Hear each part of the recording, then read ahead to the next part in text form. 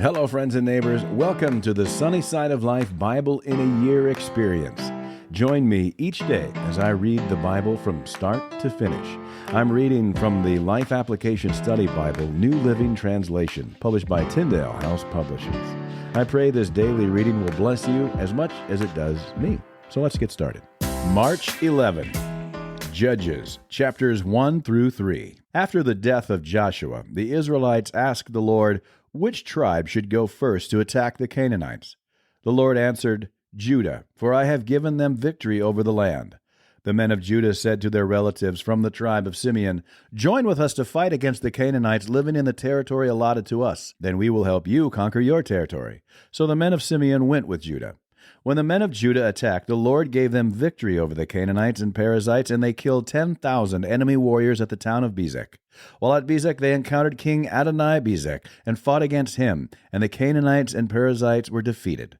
Adoni-Bezek escaped, but the Israelites soon captured him and cut off his thumbs and big toes.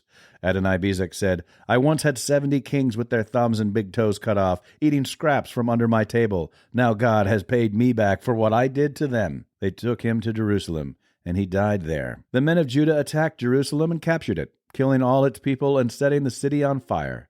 Then they went down to fight the Canaanites living in the hill country, the Negev, and the western foothills. Judah marched against the Canaanites in Hebron, formerly called Kiriath Arba, defeating the forces of Shishai, Ahiman, and Talmai. From there they went to fight against the people living in the town of Debir, formerly called Kiriath Sepher. Caleb said, I will give my daughter Aksah in marriage to the one who attacks and captures Kiriath Sepher. Othniel, the son of Caleb's younger brother Kenaz, was the one who conquered it. So Aksah became Othniel's wife. When Aksah married Othniel, she urged him to ask her father for a field. As she got down off her donkey, Caleb asked her, What's the matter? She said, Let me have another gift. You have already given me land in the Negev. Now please give me springs of water too. So Caleb gave her the upper and lower springs. When the tribe of Judah left Jericho, the city of palms, the Kenites, who were descendants of Moses' father-in-law, traveled with them into the wilderness of Judah. They settled among the people there, near the town of Arad in the Negev. Then Judah joined with Simeon to fight against the Canaanites living in Zephath, and they completely destroyed the town. So the town was named Hormah. In addition, Judah captured the towns of Gaza, Ashkelon, and Ekron, along with their surrounding territories. The Lord was with the people of Judah, and they took possession of the hill country, but they failed to drive out the people living in the plains who had iron chariots. The town of Hebron was given to Caleb as Moses had promised, and Caleb drove out the people living there who were descendants of the 3 sons of Anak. The tribe of Benjamin, however, failed to drive out the Jebusites who were living in Jerusalem. So to this day the Jebusites live in Jerusalem among the people of Benjamin. The descendants of Joseph attacked the town of Bethel, and the Lord was with them. They sent men to scout out Bethel, formerly known as Luz. They confronted a man coming out of the town and said to him, Show us a way into the town, and we will have mercy on you. So he showed them a way in, and they killed everyone in the town, except that man and his family. Later the man moved to the land of the Hittites, where he built a town. He named it Luz, which is its name to this day. The tribe of Manasseh failed to drive out the people living in Bethshan, Taanach, Dor, Ibleam, Megiddo, and all their surrounding settlements, because the Canaanites were determined to stay in that region. When the Israelites grew stronger, they forced the Canaanites to work as slaves, but they never did drive them completely out of the land. The tribe of Ephraim failed to drive out the Canaanites living in Gezer, so the Canaanites continued to live there among them. The tribe of Zebulun failed to drive out the residents of Kitron and Nahalal, so the Canaanites continued to live among them. But the Canaanites were forced to work as slaves for the people of Zebulun. The tribe of Asher failed to drive out the residents of Akko, Sidon, Alab, Ikseb, Helba, Aphek, and Rehob. Instead, the people of Asher moved in among the Canaanites who controlled the land, for they failed to drive them out. Likewise, the tribe of Naphtali failed to drive out the residents of Beth Shemesh and Beth Anath. Instead, they moved in among the Canaanites who controlled the land. Nevertheless, the people of Beth Shemesh and Beth Anath were forced to work as slaves for the people of Naphtali. As for the tribe of Dan, the Amorites forced them back into the hill country and would not let them come down into the plains. The Amorites were determined to stay in Mount Heres, Aijalon, and Shaalbim. But when the descendants of Joseph became stronger, they forced the Amorites to work as slaves. The boundary of the Amorites ran from Scorpion Pass to Selah, and continued upward from there. The angel of the Lord went up from Gilgal to Bochim, and said to the Israelites, I brought you out of Egypt into this land that I swore to give your ancestors, and I said I would never break my covenant with you. For your part, you were not to make any covenants with the people living in this land. Instead, you were to destroy their altars, but you disobeyed my command. Why did you do this?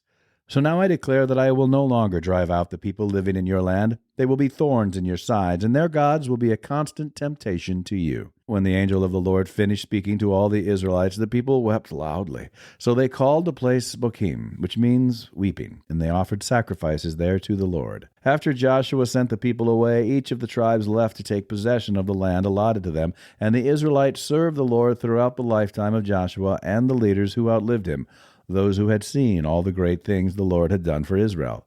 Joshua, son of Nun, the servant of the Lord, died at the age of 110. They buried him in the land he had been allocated at Timnath-Serah, in the hill country of Ephraim, north of Mount Gash. After that generation died, another generation grew up who did not acknowledge the Lord or remember the mighty things he had done for Israel. The Israelites did evil in the Lord's sight and served the images of Baal. They abandoned the Lord, the God of their ancestors who had brought them out of Egypt. They went after other gods, worshiping the gods of the people around them, and they angered the Lord. They abandoned the Lord to serve Baal and the images of Ashtaroth. This made the Lord burn with anger against Israel, so he handed them over to raiders who stole their possessions. He turned them over to their enemies all around, and they were no longer able to resist them. Every time Israel went out to battle, the Lord fought against them, causing them to be defeated, just as he had warned, and the people were in great distress. Then the Lord raised up judges to rescue the Israelites from their attackers. Yet Israel did not listen to the judges, but prostituted themselves by worshiping other gods. How quickly they turned away from the path of their ancestors, who had walked in obedience to the Lord's commands. Whenever the Lord raised up a judge over Israel, he was with that judge and rescued the people from their enemies throughout the judge's lifetime. For the Lord took pity on his people, who were burdened by oppression and suffering. But when the judge died, the people returned to their corrupt ways, behaving worse than those who had lived before them. They went after other gods, serving and worshiping them, and they refused to give up their evil practices and stubborn ways. So the Lord burned with anger against Israel. He said, because these people have violated my command, which I made with their ancestors, and have ignored my commands, I will no longer drive out the nations that Joshua left unconquered when he died. I did this to test Israel, to see whether or not they would follow the ways of the Lord as their ancestors did. That is why the Lord left those nations in place. He did not quickly drive them out or allow Joshua to conquer them all. These are the nations that the Lord left in the land to test those Israelites who had not experienced the wars of Canaan. He did this to teach warfare to generations of Israelites who had no experience in battle. These are the nations, the Philistines, those living under the 5 Philistine rulers, all the Canaanites, the Sidonians, and the Hivites, living in the mountains of Lebanon, from Mount Baal Hermon to Lebo-Hamath. These people were left to test the Israelites, to see whether they would obey the command the Lord had given to their ancestors through Moses. So the people of Israel lived among the Canaanites, Hittites, Amorites, Perizzites, Hivites, and Jebusites, and they intermarried with them. Israelite sons married their daughters, and Israelite daughters were given in marriage to their sons, and the Israelites served their gods. The Israelites did evil in the Lord's sight. They forgot about the Lord their God, and they served the images of Baal and the Asherah poles. Then the Lord burned with anger against Israel, and he turned them over to King Cushan-Rishathaim of Aram-Naharaim. And the Israelites served Cushan-Rishathaim for 8 years. But when the people of Israel cried out to the Lord for help, the Lord raised up a rescuer to save them. His name was Othniel, the son of Caleb's younger brother Kenaz. The Spirit of the Lord came upon him, and he became Israel's judge. He went to war against King Cushan-Rishathaim of Aram, and the Lord gave Othniel victory over him. So there was peace in the land for 40 years. Then Othniel, son of Kenaz, died. Once again, the Israelites did evil in the Lord's sight, and the Lord gave King Eglon of Moab control over Israel because of their evil. Eglon enlisted the Ammonites and Amalekites as allies, and then he went out and defeated Israel, taking possession of Jericho, the city of palms. And the Israelites served Eglon of Moab for 18 years. But when the people of Israel cried out to the Lord for help, the Lord again raised up a rescuer to save them. His name was Ehud, son of Gera, a left-handed man of the tribe of Benjamin. The Israelites sent to Ehud to deliver their tribute money to King Eglon of Moab. So Ehud made a double-edged dagger that was about a foot long, and he strapped it to his right thigh, keeping it hidden under his clothing. He brought the tribute money to Eglon, who was very fat. After delivering the payment, Ehud started home with those who had helped carry the tribute. But when Ehud reached the stone idols near Gilgal, he turned back. He came to Eglon and said, "I have a secret message for you." So the king commanded his servants, "Be quiet!" and he sent them all out of the room. Ehud walked over to Eglon, who was sitting alone in a cool upstairs room. And Ehud said, "I have a message from God for you." As King Eglon rose from his seat, Ehud reached with his left hand, pulled out the dagger strapped to his right thigh, and plunged it into the king's belly. The dagger went so deep that the handle disappeared beneath the king's fat. So Ehud did not pull out the dagger, and the king's bowels emptied. Then Ehud closed and locked the doors of the room, and escaped down the latrine. After Ehud was gone, the king's servants returned and found the doors to the upstairs room locked. They thought he might be using the latrine in the room, so they waited. But when the king didn't come out after a long delay, they became concerned and got a key. And when they opened the doors, they found their master dead on the floor. While the servants were waiting, Ehud escaped, passing the stone idols on his way to Seirah. When he arrived in the hill country of Ephraim, Ehud sounded a call to arms. Then he led a band of Israelites down from the hills. "Follow me," he said, "for the Lord has given you victory over Moab, your enemy." So they followed him, and the Israelites took control of the shallow crossings of the Jordan River across from Moab, preventing anyone from crossing. They attacked the Moabites and killed about 10,000 of their strongest and most able-bodied warriors. Not one of them escaped. So Moab was conquered by Israel that day, and there was peace in the land for 80 years.